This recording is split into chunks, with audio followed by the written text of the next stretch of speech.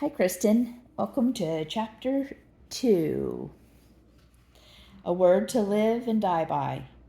Eucharist, Thanksgiving, is the state of the perfect man. Eucharist is the life of paradise. Eucharist is the only full and real response of man to God's creation, redemption, and gift of heaven. Alexander Sheeman. I slam upright, jolt the bed hard, hands gripping the cotton sheets wild. There's a halo of light by the door. I breathe, breathe. There are stars. I can hear the clock in the kitchen, the one over the dining room table making time, one loud, sure tick at a time. My chest pounds in the hooves of 1,000 stallions running on and away, and the universe outside the window holds, the one stuck through with the stars, and I breathe.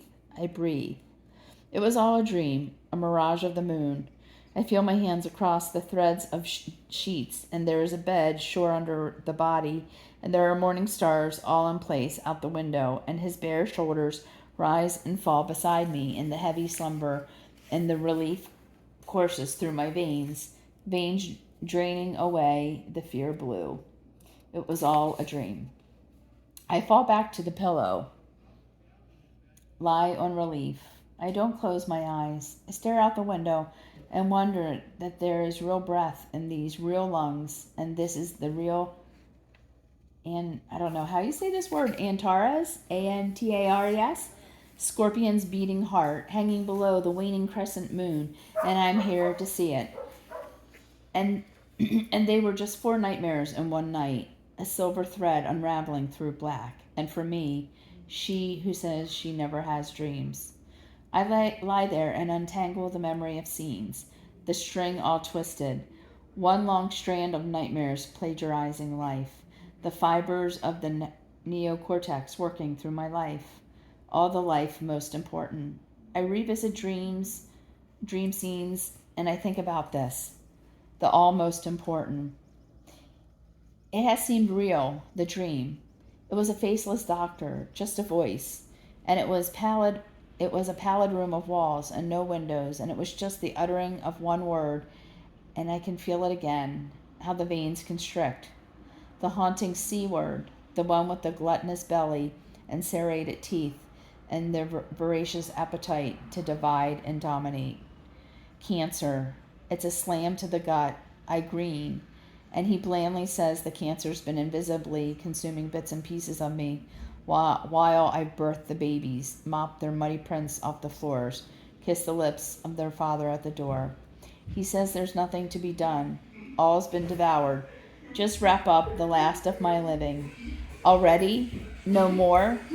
The heart hammers and the blood surges. Scream of electric blue. Noah, I'm making a video for Kristen. Okay? I need you to please be quiet. Thank you. Gasping, grasping, I tried to struggle free, to emerge up into life, into the 4 scone-colored walls, the dim light at the door, the pure white, I don't know how you say this, matelasse bedspread pulled up over the valves. How I wanted to surface and breathe and keep this skin on and live, but the night's noose has tightened, and I've been strangled back into this dream script of telling the news of my impending demise to my husband, father, brother. In terrifying nightmare fashion, they all shrug their shoulders, walk away blithe. I want to live, fully live. What is the message of dreams? I remember it. 4 times escaping up into the consciousness, only for the rope burn back into the choked out goodbyes and last anguished touches. I lie there, long staring at ceiling, listening to the beat of my untamed heart. This waking to the crack of a nightmare, this violent shock through the veins. Even this might be better than the way I usually wake. Since I want to say since after 6 babies, or at least the 3rd, the first girl and the one with the dimples, when motherhood began to sag me. But really no, it began years earlier. Since the girl with thick glasses in Mr. Calhoun's English class read books to escape thoughts of her mama sitting up in a psychiatric hospital aching for the baby that bled through the blankets. Yes, it really has been all those years since then. For years of mornings, I have woken wanting to die. Life itself twists into nightmares. For years, I have pulled the covers up over my head, dreading to begin another day I'd be bound to just wreck. Years, I lie listening to the taunt of the names ringing off my interior walls. One from the past that has never drifted far and away. Loser, mess, failure. There are signs nailed overhead, nailed through me, naming me. The stars are blinking out. Funny this. Yesterday morning, the morning before, all these mornings, I wake to the discontent of my life in my skin. I wake to self-hatred, to the wrestle to get it all done, the relentless anxiety that I'm failing, always the failing. I yell, children fester with bitterness, forget doctor's appointments, lose library books, live selfishly, skip prayer, complain, go to bed too late, neglect cleaning the toilets. I live tired, afraid, anxious, weary. Years, I feel it in the veins, the pulsing of the ruptured hopes. Would I ever be enough, find enough, do enough? But this morning, I wake wildly wanting to live, physically feeling it in the veins trembling, the hard pant of the lungs, the seeing it in the steady stars, how much I really want to really live, how I don't want to die. Is that the message of the nightmares and dreams? To live either fully alive or empty nothingness? The in-between that drives us mad. It's the life in between, the days of walking lifeless, the years calloused and simply going through the hollow motions, the self-protecting by self-distracting, the body never waking, that's lost all capacity to fully feel. This is the life in between that makes us wild walking dead. The sun climbs the horizon. I throw back the covers, take another breath, and begin. I get to live. A lone morning dove woos from high in the spruce tree. In the kitchen, I stand over the heat of the stove, slowly stirring the wooden spoon through the bubbling up oatmeal.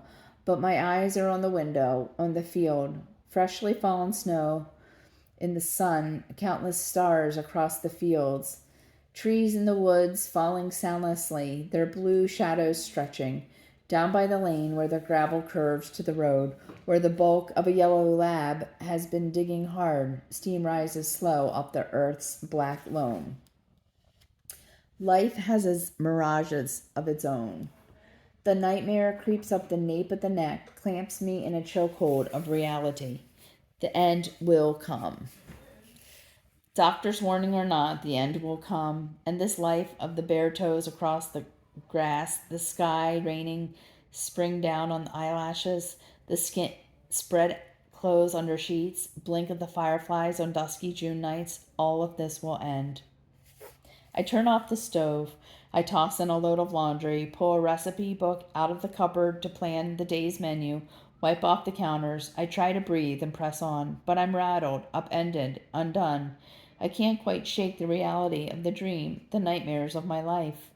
Which road through this brief land? What is all most important? How to live the fullest life here that delivers into the full life ever after. A child tromps in, boots still on, with a chest full of mail. But between the flyers of a grand opening for a new flooring store in town and sale on tires lies a letter from my recently widowed father-in-law. On a hot night one July in the dark of room 117, God had used cancer to usher my mother-in-law, his bride of half a century, into the throne room and glory ever after. We had sung that night, "What a day that will be when my Jesus I shall see." I had laid the cold cloth on the sweat beads stringing along her brow.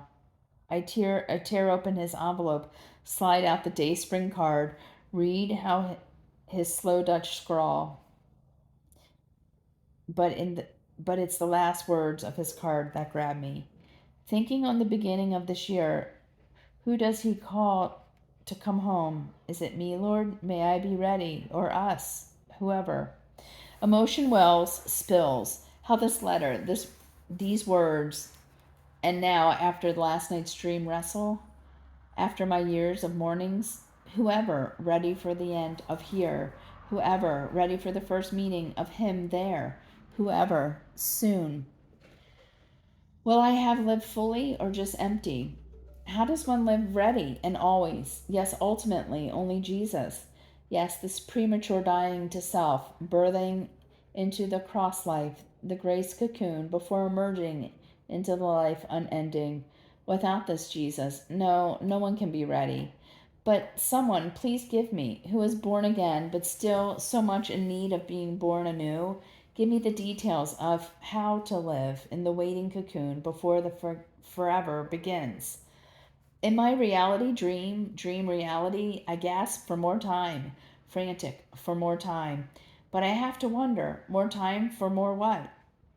The answer to that determines the road these so short days take. Hard questions drive me to distraction. I check email, more words sent this way, this time from a mother. Her 17-year-old has been diagnosed with, yes, specter of that word too real, cancer. I try to breathe. Today it's hard. What are the messages of God? Her mother types the words across my screen. Any words? I stumble away. Obviously, I have no words, no answers. I am groping for my own way, desperately feeling along today for a way to live through this fleeting blink of life. How do we live fully when we are so fully ready to die? That's the end of part 1.